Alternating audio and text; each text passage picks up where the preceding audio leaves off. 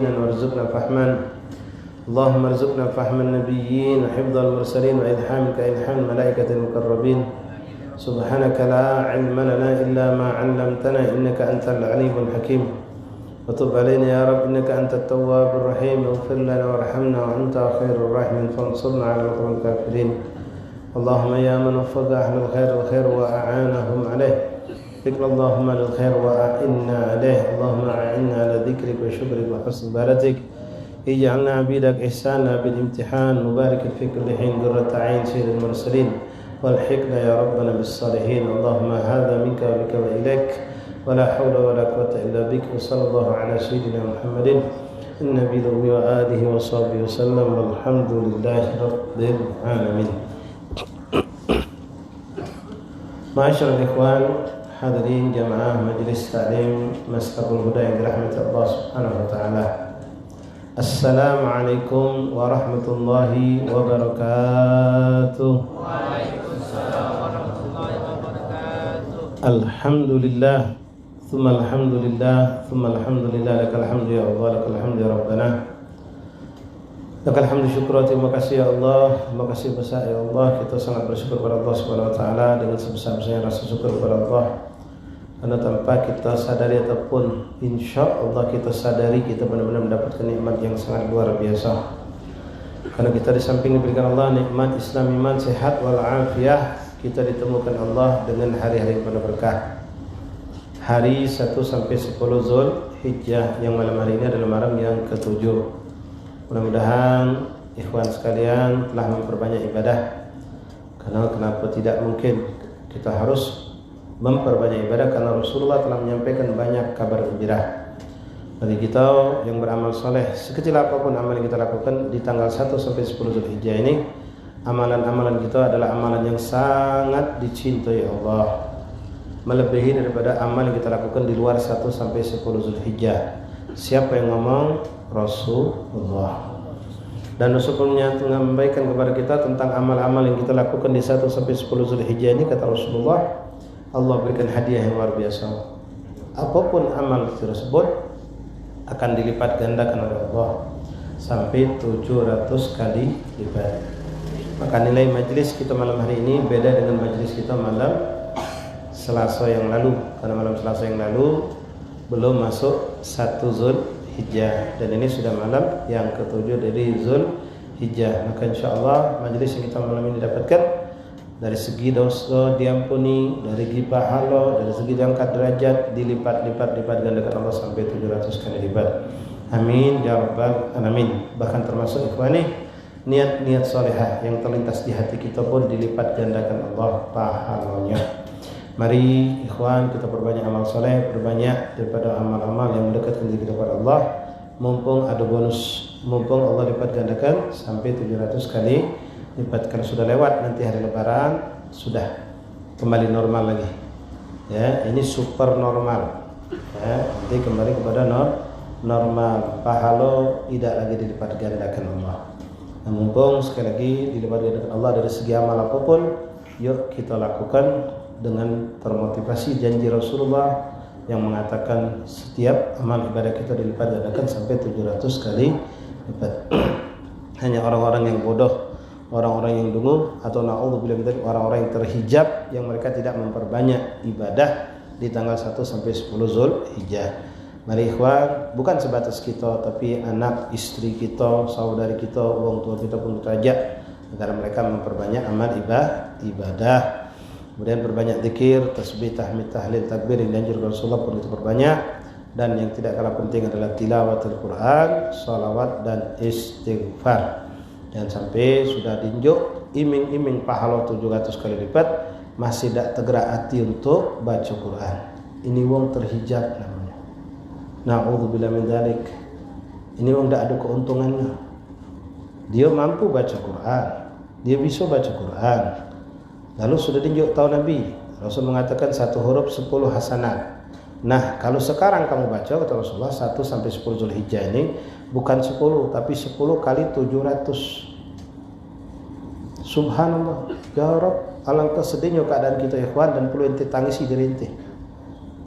kalau kita sudah dapat penjelasan tentang ini tapi tidak tergerak hati kita untuk memperbanyak amal soleh, Quran masih tidak dibaca, maco kadang-kadang sambilan baik, zikir tidak kita tambah, tidak ada wiridan subhanallah kita 100 kali minimal, apalagi 1000 pun tidak, 100 pun tidak. Jadi maaf ikhwan, mana hasil dari kita dapat ilmu yang macam ini, yang takut lagi jadi tuntutan kita, ilmu dapat tidak diamalkan. Padahal perkara yang singkat, yang ringan, tidak berat. Kalau puasa barangkali, kan puasa juga masya Allah. Kalau ente memang orang yang haus dengan rahmat Allah, haus dengan pahala, haus dengan pengen dapat kedudukan yang tinggi dan dekat dengan Rasulullah, puasa itu tidak berat. Ada yang sampai hari ini dari Rabu sampai hari ini masih puasa. Ada yang cuma batal sehari karena minggu kemarin ada acara, ada kondangan dan kumpul keluarga. Bisa. Rasul kan sudah kasih tahu, sehari puasa diganjar seperti setahun. Kok kita tidak bergerak hati kita? Kok kita tidak mau melakukan itu? Bahkan langsung kita semangati istri kita, anak kita. Apalagi model maaf, anak-anak kamu yang sekolah SD, SMP itu, mungkin mereka belum begitu aktif sekolah masih di rumah. Kesempatan. Ya. Mari ikhwan, ma madha fat. Yang sudah lewat, tidak mungkin balik lagi. 6 hari sudah lewat, tidak bakal balik lagi. Kapan kamu pengen dapat 1, 2, 3, 4, 5, 6 tahun depan, itu pun kalau panjang umur. Nah, sekarang masih ada sisa. Hari ini, malam ini, besok ya, 7, 8, 9, 10, 4 hari. Nak puasa kapan? Nunggu Arafah. Maaf, inti berarti orang yang bodoh, yang ahmak kata bahasa Nabi itu. Lain kalau inti tidak ada kemampuan, inti ada kemampuan, tidak ada beban pekerjaan berat, sehat, inti mampu, tapi inti tidak mau. Kan orang maaf dungu berarti bodoh dia. Tinjau Allah kemampuan untuk dapat untung, dia mampu tapi tidak mau. Ini orang terhijab. Ya. Mari ikhwan yang ada kesehatan badan, kelapangan waktu, tidak didapatkan kendala-kendala, puasa gitu. Ini akan puasa sunnah mutlak, puasa sunnah lillahi ta'ala. Setahun ganjaran pahala dari Allah. Subhanallah. Sallallahu alaihi Nabi. Begitu kita dimanjaukan oleh Allah lewat baginda Rasulullah. Tapi alangkah sedihnya Nabi. Ya Pak, macam saya buka warung. Saya buka warung. Sudah saya pasang merek situ. Ya, nasi rendang plus ayam goreng misal cuma 5.000.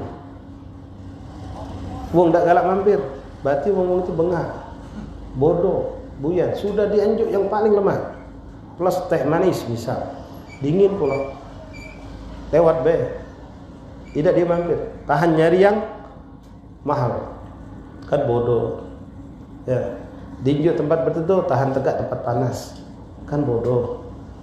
Dianjuk kendaraan yang nyaman, milih jalan kaki, kan bodoh. Ini kan fasilitas yang akan kita dapatkan di akhirat lewat inilah yang disampaikan oleh Rasulullah. Puasa ikhwan, ya, tidak berat insyaallah. Jangan kamu nunggu nanti lasat sampai hari Arafah bela jadilah. Astagfirullahaladzim. Bila kan urusan dunia yang tidak pernah ngomong macam itu. Ada yang ngomong sudah jadi lambe untung dikit be jadilah. Tidak ada manusia ngomong itu. Urusan dunia.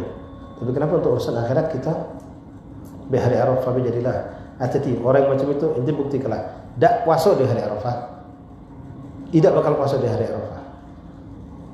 Ya, akan muncul bermacam-macam halangan yang menyebabkan tidak puasa. Ada kayak alasan sepele. Kamu tidak puasa, tidak bangun sahur, cap tidak kecil. Jadi alasan dia pakai. Ya, atau Allah yang tidak kepengen dia itu puasa, dia Allah sakit di hari itu. Alhamdulillah. Allah yang tidak mau dia puasa hari itu. Kenapa? Dinjuk kesempatan untuk jadi orang kaya di akhirat, dinjuk kedekatan untuk bisa dekat sama Nabi, disepelekan, tidak dilakukan, tidak diambil. Pasti mengambil hari Kamis stop.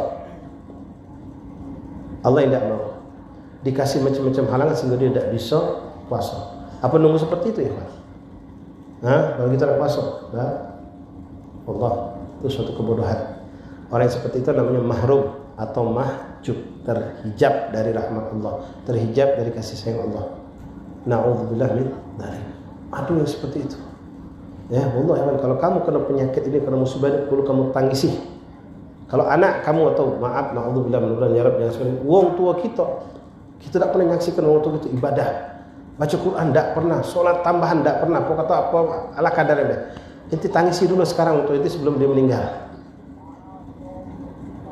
Dan ente harus berjuang jadikan diri ente orang yang dicintai Allah sehingga ente bisa mengangkat derajat untuk ente nanti. Ente harus tangisi sebelum dia meninggal. Ngapa? Ngaji Quran tidak pernah untuk kita. Berzikir tidak pernah, sholat pas-pasan. Kesianin mereka sebelum mereka dalam kubur. Ada orang tua kita yang Masya Allah tidak perlu kita doakan, mereka sudah istiqomah dengan ketaatannya. Tapi maaf, sebagian besar orang tua kita kan tidak seperti itu. Maka nanti yang anak majelis, mudah-mudahan dibukakan hati pikiran kita dengan nur cahaya dari Allah. Buka majelis, mungkin nanti harus nangis ketika nanti lihat orang tua itu sibuk dengan dunianya, sampai tidak sempat silaturahim, tidak sempat macam kita ngerasa keduduk di majelis, tidak sempat dia untuk sholat berjamaah, tidak sempat baca Quran, tidak sempat baca zikir, tidak sempat. Tapi ketika diajak untuk urusan dunia, waktu itu ada waktunya, ada kemampuannya. Yang ditangisilah, minta sama Allah, ya Allah jangan kau celakakan orang tua aku. Begitupun kalau saudara inti lihat seperti itu ya kan. Inti sekarang ditarik Allah ke majelis itu untuk menjadi naib, untuk menjadi perwakilan mereka dari keluarga untuk menyelamatkan keluarga. Itu berdoa minta sama Allah. Itu perhatikan saudara inti nanti. Itu perhatikan orang tua inti. Di mana mereka sibuk? Sibuk di dunia, urusan dunia, atau sibuk dengan akhirat. Kalau dunia yang mubah, kita lihat orang tua kita tidak terjerumus dalam sesuatu yang sifatnya maksiat. Tidak ada dalam usahanya tipu muslihat. Saudara kita pun demikian. Tapi mereka sibuk dengan ngejar karir mereka, sehingga mereka tidak sempat nyibuk ke diri untuk akhirat. Itu sudah musibah yang sangat besar. Apalagi na'udzubillah min dzalik, kalau kita dapatkan ternyata untuk kita salah langkah, saudara kita salah langkah dalam mencari dunianya. Nah, kita dipilih Allah, kita ini mungkin tidak dijadikan sebagai jembatan. Mudah-mudahan bisa nyampe ke mereka dapat rahmat Allah. Doakan mereka dan mereka dapat hidayah. Dan kamu tunjukkanlah dengan akhlak budi pekerti yang baik, kamu yang beribadah di rumah. Kamu tunjuk contoh, kamu yang duluan ibadah. Cobaan ada, kadang-kadang ada dari wong tua kita dewek, kadang-kadang dari saudara kita dewek. Tapi insya Allah itu tidak terjadi. Inti yakin, inti beribadah, inti baca Quran, inti kita tunjukkan kalau inti dari majlis ada hasil. Biar orang tua inti lihat. Dari situ insya Allah lisanul hal afsah min lisanil maqal. Nasihat dengan perbuatan itu lebih tajam akan mengena ketimbang nasihat dengan lidah. Ingat itu mungkin malam hari paling Allah ya kawan. Ya, kalau mengendai ini bukan sinetron, ini bukan cerita khayalan. Inti bisa bangun malam, inti sholat di tengah rumah, tiba-tiba abah inti nak koyo, mentu dari kamar, misal, atau dia haus pengen minum atau apalah dia keluar, pasti inti sedang sujud. Kira-kira apa yang bakal terjadi? Keraslah hati abah inti itu akan lembut insya Allah. Dengan izin Allah. Nah kita usahakan, kita ngaji, tarik siapa yang paling gampang itu bisa tarik. Ada ente yang kecil, ajak dia, buka cerita-cerita Rasul, buka ke cerita-cerita yang ada dalam Al-Quran, tarik pelan-pelan sampai insya Allah ikhwan yakin antum yang dipilih Allah duduk di majlis manapun, ya majlis manapun, ustaz manapun, insya Allah menjadi penyelamat keluarga. Insya Allah. Amin ya rabbal. Jadi jangan dianggap kita yang duduk di majelis ini sesuatu yang kebetulan atau sesuatu yang ya kebiasaan, tidak. Ya, setiap hari bahkan setiap balik dari majelis inti bawa berkah, inti bawa sir rahasia dari majelis ini, inti bawa keberkahan. Nih tadi salaman kita, ya insyaallah kita tidak usah pusing dengan corona segala macam, salaman. Kita yakin insyaallah seperti saya tadi, saya di majelis Munawwar itu banyak salaman dengan orang-orang tua yang soleh. Kamu mungkin tidak hadir, kamu bisa dapat berkah orang soleh itu dengan salaman sama ustaz. Contoh, mungkin ada kamu ini yang salaman sama seorang wali, dia ketemu kiai, ketemu ustaz, ketemu wali, ustaz justru ngambil berkah dari wali atau kiai itu lewat tangan kamu. Ya, tangan-tangan keberkahan itu harus kita cari. Insya Allah kita yakin ikhwan semuanya tangannya berkah. Kalau tangan berkah segala datang kebaikan insya Allah. Seperti yang kita ceritakan tadi di lawan kita, tangan yang paling berkah tangan siapa? Tangan paling berkah tangan siapa? Tangan Rasulullah. Kita ini sudah nyambung kepada Rasulullah, yakin. Kenapa? Ente punya guru ente salaman beribu kali mungkin sama gurunya salaman dengan gurunya. Ini ahli sunnah wal jamaah, kita punya sanad. Gurunya pacak ente telusuri, siapa guru Habib Syukri, siapa guru Habib Ustaz, siapa guru Habib Zaki, siapa guru Habib Ustaz Fulan. Ente pacak telusuri. ujungnya sampai kepada Rasulullah. Sahabat salaman dengan Rasulullah, tabi'in salaman dengan sahabat, tabi'in salaman dengan tabi'in, terus sampai ke bawah, terus. Apalagi yang memang maaf dari kalangan habaib, mereka jelas kelihatan benar dari nasabnya pun sama, bapak kakek terus sampai kepada Rasulullah. Insyaallah tangan kita bertemu dengan tangan Rasulullah. Ya, pandangan pun kita saat bertemu insyaallah dengan pandangan Rasulullah. Bahat man ra'ahum aw ra'a man ra'ahum, kata oleh Habsyi, beruntung melihat orang-orang soleh atau melihat orang yang melihat orang soleh. Ya, alhamdulillah orang soleh ini banyak, mungkin kamu tidak ketemu, tapi yang hidup zaman kita banyak yang ketemu dengan mereka. Alhamdulillah kita dikumpulkan. Ya, kita dikumpulkan, kita dipilih oleh Allah. Jadi jangan dianggap majelis seperti ini biasa-biasa saja. Tidak, Allah. Ya, tidak. Ustaz bukan bicara majelis ini, tapi majelis semua asatis.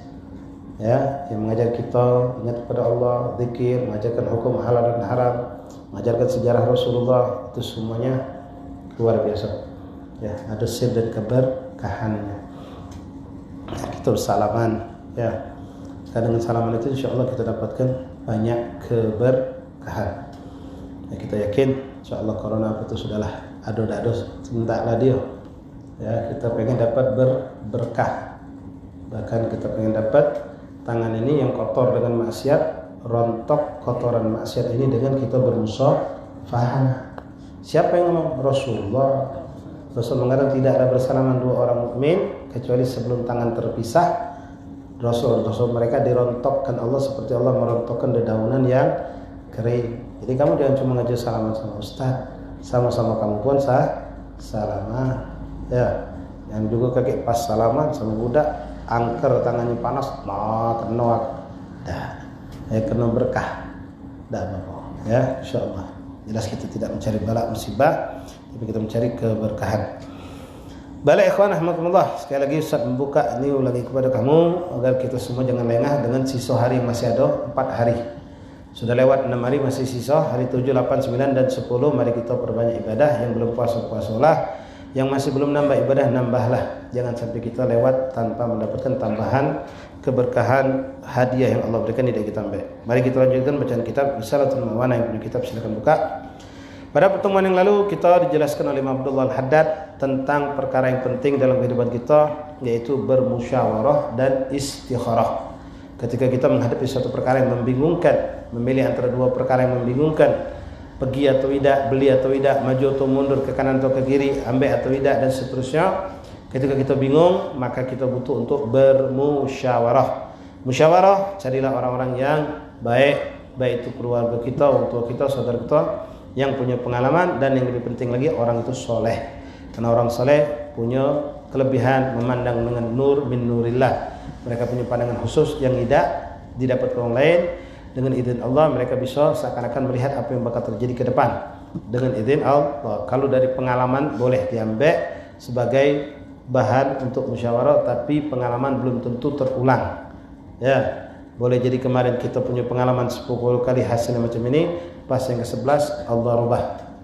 Tapi kalau kita musyawarah dengan soleh, maka insyaallah kita dapat petunjuk lebih. Kemudian istikharah. Tadi sunahkan kita untuk solat istikharah. Nah, salat istikharah ini subhanallah 2 rakaat, ya. Itu bisa digabung dengan salat-salat yang lain. Salat wudu bisa, salat tahajud bisa, salat witir bisa, salat isyraq bisa, salat duha bisa digabung dengan niat salat istikharah. Bahkan ba'dus salafun as-salihun mereka melakukan salat istikharah ini yaumian, setiap hari. Tak nunggu ada hajat besar. Kenapa? Inti istikharah itu minta petunjuk dari Allah untuk menentukan yang terbaik. Nah, setiap hari kita tidak tahu apa yang terjadi pada diri kita, apa yang bakal terjadi, apa yang bakal datang, itu akan pergi. Maka kita minta petunjuk dari Allah agar Allah memberikan yang terbaik, segalanya yang terbaik untuk kita. Nah, ditambah lagi nanti dengan doa. Ya, perbanyak doa. Rabbana atina fid dunya hasanah, itu doa singkat simpel tapi maknanya luas. Banyak yang dianjurkan Rasulullah. Ustaz sering nyampaikan sama kamu ikhwan, baca Wirdul Latif. Ya, rangkaian zikir-zikir yang disusun oleh pengarang kitab ini juga Imam Abdullah Al-Haddad. Itu sangat baik karena sumbernya semua datang dari Rasulullah. Disusun sedemikian rupa oleh Imam Haddad dan isi doanya semua untuk penjagaan, untuk kesenangan dan ketenangan kita dunia dan akhirat. Baiklah ikhwan rahimakumullah, bidakumullah. Kemarin kita tutup cerita majelis kita kemarin istikharah dan musyawarah. Kalau kita musyawarah dengan orang tua, apa yang disebut yang dipilih orang tua itulah kita jalani. Yang kita nyangkut ayo salah orang tua anak milih ini. Boleh kita jelaskan, dak do orang tua kita. Benar lah ini. Inilah kombe, inilah yang kau jalani. Maka teori kita, pemikiran kita, pandangan kita, ilmu kita singkirkan. Apa yang dikata orang tua, peloi. Bukan berarti orang tua itu tidak boleh kita tunjuk, masukkan. Kita boleh jelaskan, boleh. Jadi orang tua kita tidak tahu perbedaan zaman sekarang dan zaman mereka. Tapi dengan cara yang baik, dengan cara adab yang bagus. Tapi kita orang tua kita ngomong, tidak dah. Nak kau nak ngomong apa terserah, aku nunjuk kau pilih yang ini. Gawe ke yang ini. Ambil lah yang ini. Maka bismillah, tawakal Allah. Walaupun logika yang mengatakan ini tidak bagus. Yang bagus yang tidak dipilih orang tua kita. Dengan izin Allah, yang tidak bagus akan jadi bagus. Tapi ketika ente membangkang, ente nolak apa yang diajarkan, ditunjuk, dipilih orang tua ente ngambil yang dengan akal dan teori ente bagus. Ketika ente sudah pilih dan ditinggalkan orang tua ente saksikanlah keburukan, kehancuran, kebinasaan akan datang. Kenapa? Keridhaan orang tua itu penting. Begitu juga terhadap guru. Apalagi kalau ente mendapatkan sosok guru yang memang kita yakin bisa mendekatkan kita kepada Allah, seorang istiqomah, bersifat wara, ahli ibadah, maka ambillah pendapat dia. Jadi kena pegangan kita. Kalau sudah ngomong apa, kita pakai. Kalau dia ngomong jangan, tinggalkan. Walaupun menurut kita itu baik. Ingat cerita kemarin tentang Syekh Ali Baras dan gurunya Al-Habib Umar bin Rahman Al-Attas. Dia pengen haji, dia kangen pengen ziarah Rasulullah. Sudah siap segalanya. Ada rombongan nak berangkat, minta izin sama Habib Umar untuk berangkat haji. Apa kata Umar? Jangan kau berangkat tahun ini, tahun depan baik. Padahal semuanya sudah siap, bahkan dia rindu pengen ziarah Rasul. Dia pengen lihat Ka'bah, dia pengen menunaikan ibadah haji, tapi gurunya ngomong jangan, tahun depan nurut dia, sam'an wa ta'atan. Subhanallah, benar ternyata ada hikmah yang luar biasa. Ternyata kelompok orang haji dari kampung yang tahun itu berangkat dapat musibah di jalan. Dia yang selamat jadi pergi haji. Dan cerita seperti ini banyak. Ya, kadang-kadang apalagi kalau ketemu orang soleh yang sudah levelan solehin atau wali, kadang-kadang apa yang dia pilih itu tidak masuk akal, apa yang disuruh itu tidak nyambung dengan akal kita, tapi sam'an wa ta'atan. Nah, ikhwan rahimakumullah, sebagai tambahan sedikit mengenai musyawarah dengan orang soleh. Orang soleh itu atau wali itu ada jenis yang namanya majdhub, ya. Orang wali soleh majdhub ini dia kadang-kadang bersikap, berbuat, berucap itu di luar kontrol. Kadang-kadang dengan casingnya kita kalau tidak tahu nyangka dia orang gila. Pakaiannya tidak rapi, kadang terbuka, kadang tidak berbaju, makan basing baik, ngoceh basing baik. Tapi dia dikenal oleh orang soleh, seorang wali, seorang solehin. Nah, wong yang macam ini bukan tempat musyawarah. Ya, orang seperti ini jangan kamu bermusyawarah. Jangan pula minta doa dari dia. Cukup memandang dia, minta keberkahannya. Kesempatan salaman, boleh ente salaman. Kalau ente minta doa, dia lagi halnya lagi tidak bagus, misalnya mati kata dia lagi emosi atau apa, doa itu kadang-kadang keluar apa yang keluar dari mulutnya. Dan doa orang-orang soleh seperti ini yang namanya majdhub ini, yang rupanya kadang-kadang seperti orang gila ini, itu lebih dari kilat cepatnya. La turat mustajab. Ya, kemudian dia tadi hal tingkah laku perbuatannya tidak bisa jadikan hukum. Ya, kadang-kadang kita lihat ada wali, tapi ngapa pakai sarung terbuka auratnya. Ya, semayang tidak pakai wuduk aja kita. Gila nih, tidak gila. Lain orang gila sama wali yang majdhub tadi. Nah, ya dulu Palembang banyak, sekarang pun masih ada orang yang seperti itu. Penampilannya kadang-kadang membuat kita tidak terpikir kalau itu orang soleh, tapi ternyata dia orang soleh. Nah, kalau yang model macam tadi, yaitu bukan tempat kita bermusyawarah. Ya, tempat kita ngambil berkah cukup. Tapi yang untuk musyawarah adalah yang salik, yang memang seorang soleh yang menekuni, belajar, dititi, dipimpin, dibimbing oleh guru sehingga dia mencapai derajat yang tinggi. Taib ikhwan rahimakumullah, masuk fasal berikutnya. Bismillahirrahmanirrahim. Faslun wa 'alaika idza nadarta lillahi nadharan min salatin aw sadaqatin aw ghairi dzalika minal qurbat bil mubadarati bil wafa bihi. ولا تعود الإكثار من النذر فإن الشيطان ربما أغرك bidzalika liyuwaqqi'uka fil ikhlal wa idza halafta ala fi'li syai'in thumma ra'aitu khairan fi tarkih aw ala tarki syai'in thumma ra'aitu khairan fi fi'lih fakafara an yaminika wa'til ladzi huwa khair. Baik, Imam Abdullah Haddad mengingatkan kita tentang perkara yang juga penting untuk kita lakukan walaupun mungkin sebagian kita jarang melakukan.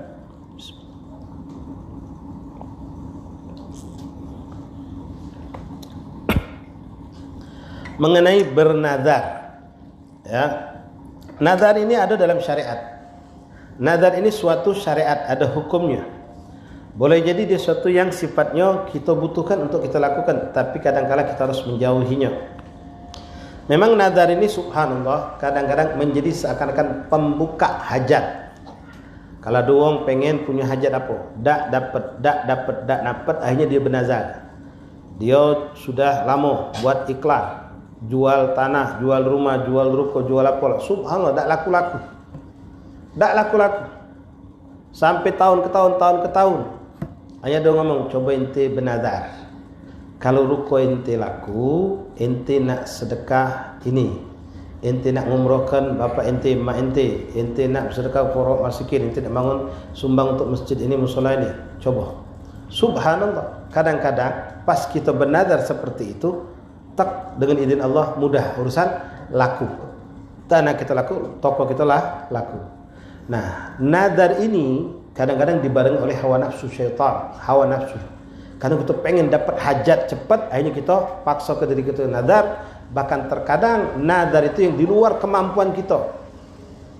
Ya, di luar kemampuan kita. Misal ada orang bernazar, maaf ya, minta maaf. Ini contoh sekedar. Dia sudah bertahun-tahun kawin belum dapat anak. Akhirnya dia tadi itu datanglah ke satu kiai atau disuruh untuk ziarah ke makam seorang wali. Lalu ngomong, nah, kalau kau sudah ziarah, kau bernazarlah. Nazar minta sama Allah, kalau kau dinju Allah nak, kau ada nazar di dia itu. Yo, aku nazar. Pokoknya kalau aku habis ziarah ini, ada dapat anak, aku nak puasa 40 hari.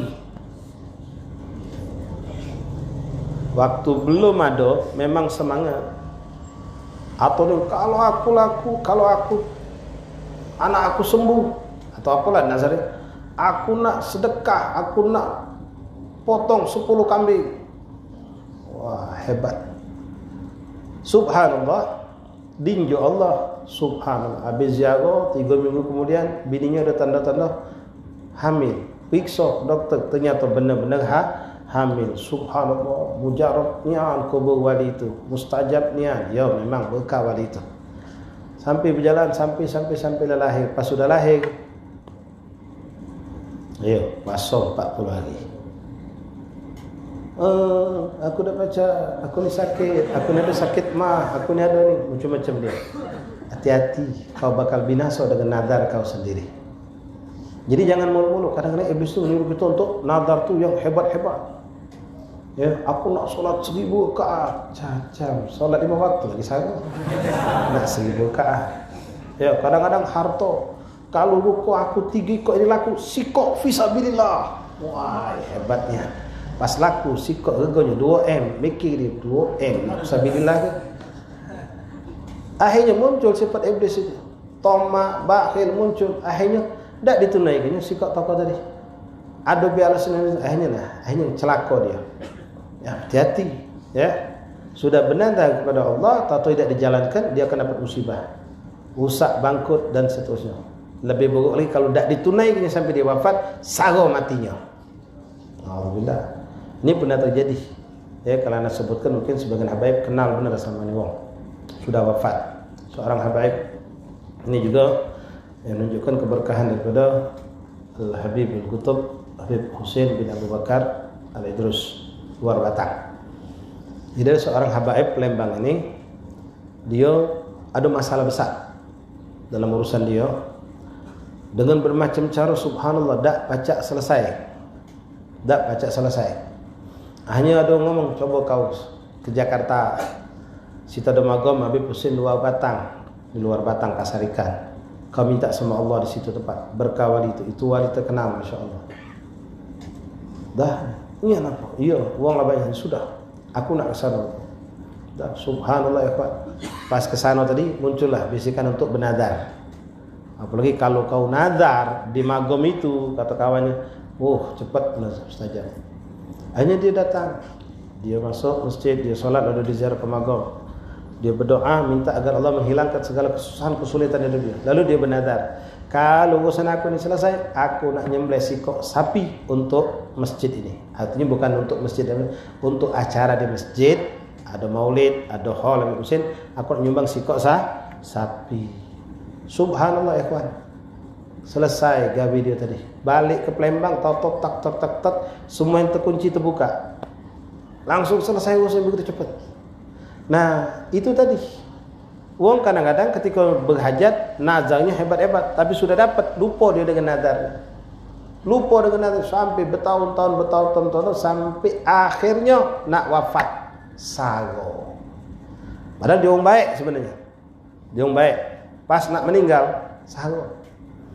Akhirnya nyarilah siapa mak mana ni kesian. Jadi kita ni sudah nazak berhari-hari, kritis kadang hari tapi tak meninggal juga. Datang kelas seorang habaib kiai juga yang orang soleh di Palembang ini, tanya, orang soleh ini tahu.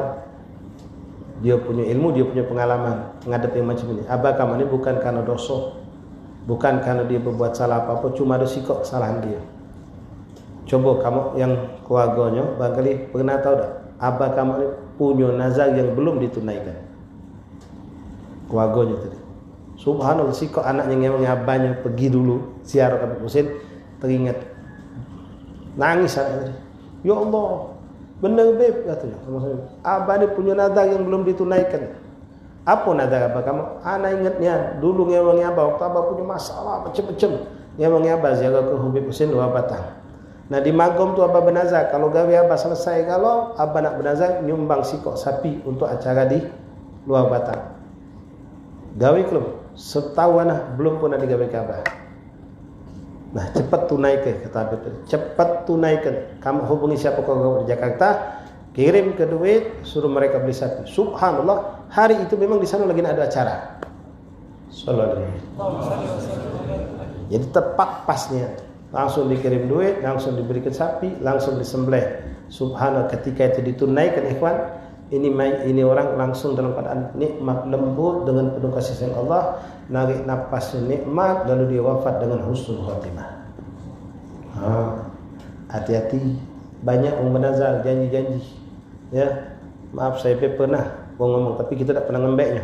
Tolong Ustaz doa aku Ustaz, tapi tidak nazar, janji. Kalau insyaAllah kalau laku pokoknya ada baik janji top janji. Tak tahu kita ngilang itu sudah.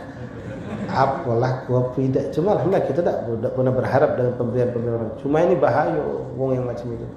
Walaupun bukan nazar, janji sama, kedudukan janji itu berat. Jangan coba-coba untuk mengingkar janji. Jadi nazar hati-hati ikhwan. Memang nazar itu bisa untuk memancing hajat kita kepada Allah. Tapi jangan dijadikan kebiasaan, kata Imam Haddad di sini. Ya. Wa 'alaika idza nadarta lillahi nadran minas salatin aw sadaqatin aw ghairi dzalik. Kalau kau punya nadar, aku pengen sholat 1000 rakaat, 300 rakaat, 600 rakaat atau sedekah, ya sekian ratus juta, sedekah ini sedekah itu dan lain-lain yang berupa kedekatan ibadah kepada Allah Subhanahu wa taala, maka cepat-cepat tunaikan ketika kau sudah dapat hajat. Cepat tunaikan. Hati-hati sekali ikhwan, iblis syaitan itu sebelum kita dapat hajat, ketika kita masih kebingungan ada sesuatu, dia mau menyuruh kita untuk bernazar itu yang hebat-hebat. Karena kita pikir kalau hebat ini biasanya lebih mantap, lebih besar, cepat. Ya, macam peluru itu besar, bisa menghancurkan dinding, bisa cepat. Nah kita terbawa. Ketika sudah nazar, sudah dapat hasil, baru kita bingung. Ternyata nazar yang kita lakukan terlalu berat, sago. Maka di sini cepatlah katakan, kalau memang kau sudah nazar dengan ibadah dengan apa untuk hajat kau, lalu kau dapatkan, jangan kau tunda. Macam kalau toko tanah kita laku, kita pergi haji, tahun depan pergi umrah, pas sudah laku tidak pergi umrah, hitung-hitungan duit dia, adobe nyari alasan. Tahun depannya tak juga. Nah, kalau sudah Allah tak ngendai lagi, tak dipacakkan Allah dia untuk menunaikan nadarnya sampai dia mati. Na'udzubillah min dzalik. Wala tu'awwid al-iktsana minan nadar, jangan kau biasakan memperbanyak nadar, sedikit-sedikit nadar, aduh aja dikit nadar, aduh aja dikit nadar. Jangan, bukan permainan itu, seperti sumpah. Jangan sedikit-sedikit sumpah, masalah sepele sumpah demi Allah, jangan. Wala tu'awwid iktsar minan nadar. Ya, kita ingat cerita tentang siapa? Nabi Allah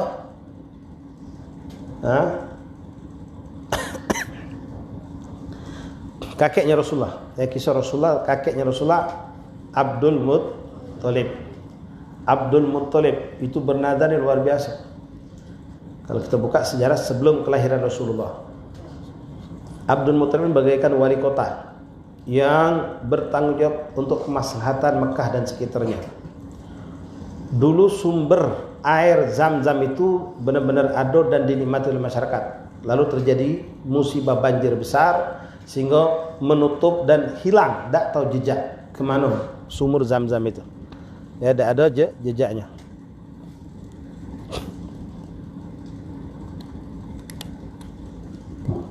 Bismillah.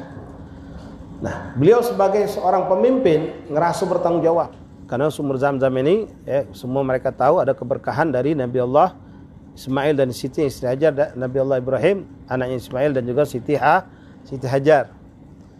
Nah, akhirnya beliau tadi, ikhwan rahimakumullah, mak manusia pengen biar sumur ini ketemu. Apa akhirnya beliau tadi bernadar? Karena ini perkara yang hebat, nadarnya luar biasa, tak tanggung-tanggung.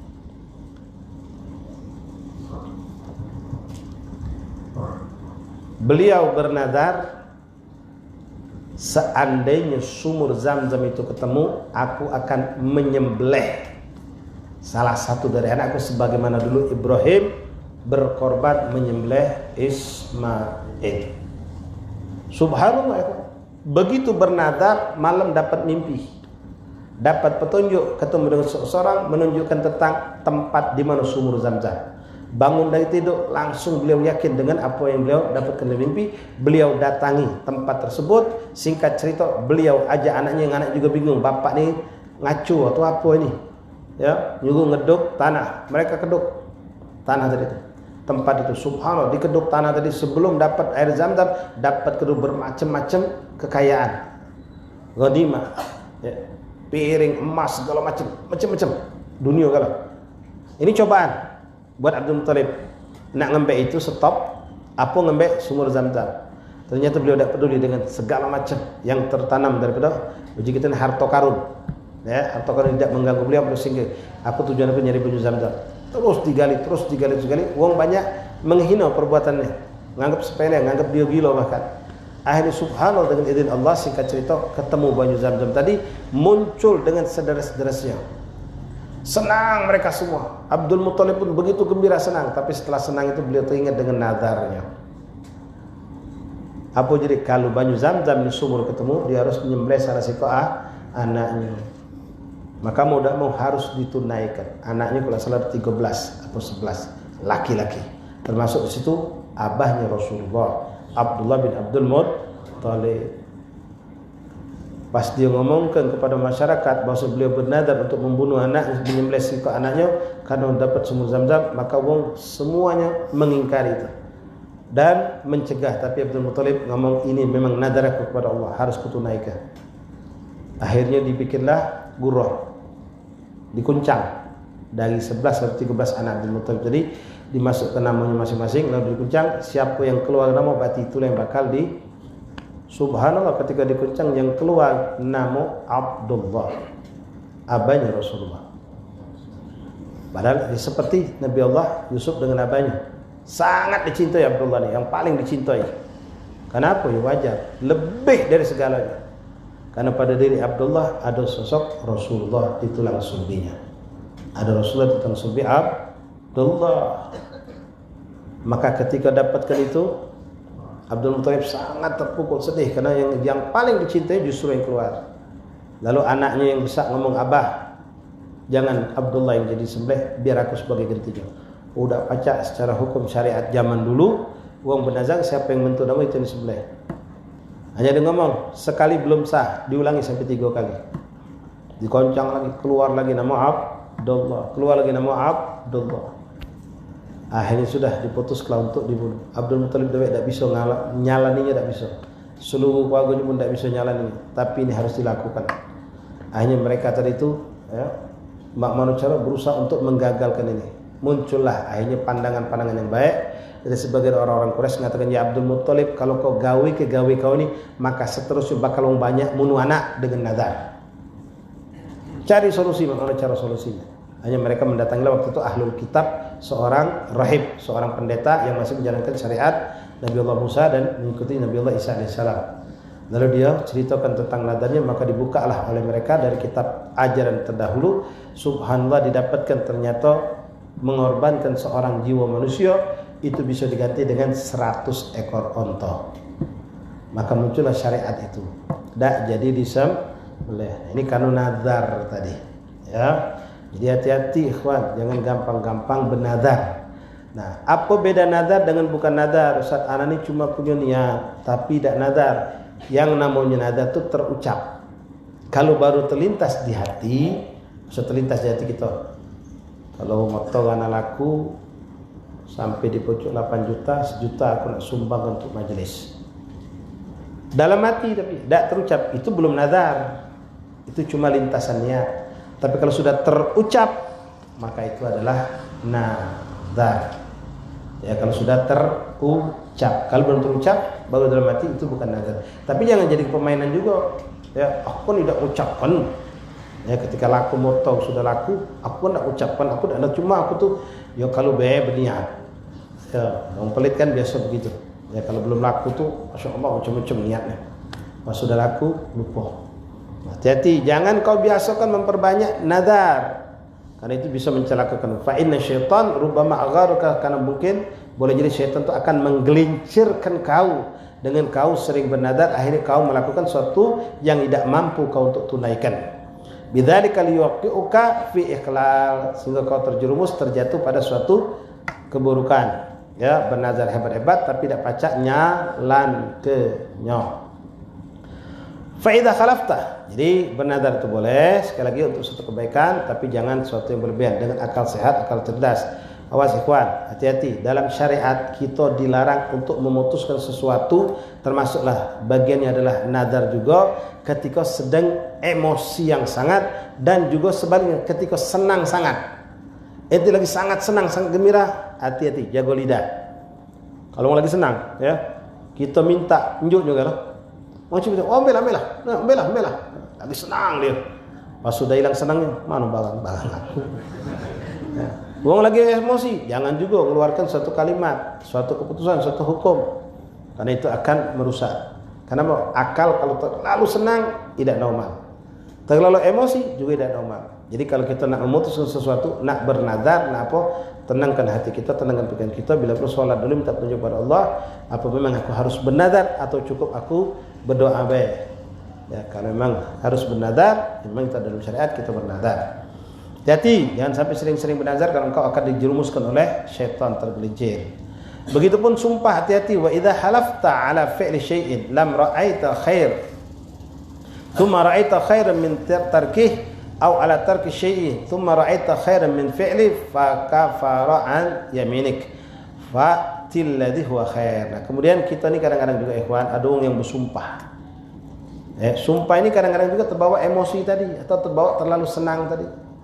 Ada orang misal dia ribut sama orang kampung sini lah misalnya, kita orang dari luar. Ya, ini sekedar contoh baik. Pas ribut tadi sampai dia ngomong, demi Allah aku tak bakal mijak setuju lagi. Mijaknya turun dia. Sumpah dia, aku dah galak tengok rai kamu ini, aku dah galak mijak setuju lagi. Sumpah dia, demi Allah. Nah, maka apa dia? Tak boleh dia masuk setuju. Sudah bersumpah ni demi Allah. Tapi pas mikir lagi, ya Allah, majlis ada di situ. Mikir dia, ada majlis. Kalau aku bersumpah, aku setuju. Berarti aku dapat ada majlis lagi. Apalagi model budak itu, majlis ini, nyambung Ustaz Syafi'i pula, majlis lagi. Nah, mak mana ini? Pertahankan sumpah tadi, atau kita batalkan sumpah tadi. Karena membatalkan sumpah ternyata lebih afdol, lebih baik. Kalau kita bertahan dengan sumpah, kita kehilangan kebaikan yang banyak. Waknya ada di sini, putus hubungan silaturahim, mamangnya ada di sini, kawannya ada di sini, majlis dia tidak hadir. Jadi mak mana ini? langgar sumpahnya atau bertahan dengan sumpah, syariat ngatakan kau langgar syariat sumpah kau itu. Kau batalkan, kau robek sumpah itu dengan bayar kafarat. Kafaratnya apa? Ya, di situ ada membebaskan 3 anak hamba saya, dak kata bebas hamba saya tadi dengan memberikan nafkah atau dengan puasa 3 hari. Maka apa yang kita lakukan? Bertahan dengan sumpah, hilang majlis, putus silaturahmi, tidak punya kawan, atau biarlah kita langgar sumpah kita. Dah, aku langgar sumpah aku nak masuk sini jujur. Nah, kau masuk sini jujur, awak nak bersumpah. Ya, biarlah aku sengaja membatalkan sumpahku. Aku bayar dengan puasa 3 hari karena aku pengen tidak kehilangan majlis. Aku tidak pengen putus silaturahmi dengan mamang wak bibi aku yang di Sungai Jero, dirujuk. Atau sebaliknya juga ya kawan. Ya, orang bersumpah di sini mengatakan ala tarki syai' summa atakhair fi fi'lihi fa kafaraan dalik. Untuk melakukan sesuatu atau meninggalkan sesuatu. Ya, meninggalkan sesuatu.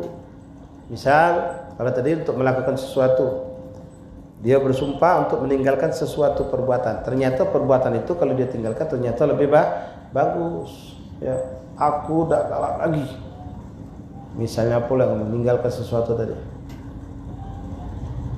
Misal dia ngomong, aku udah galak lagi sembahyang di masjid kamu.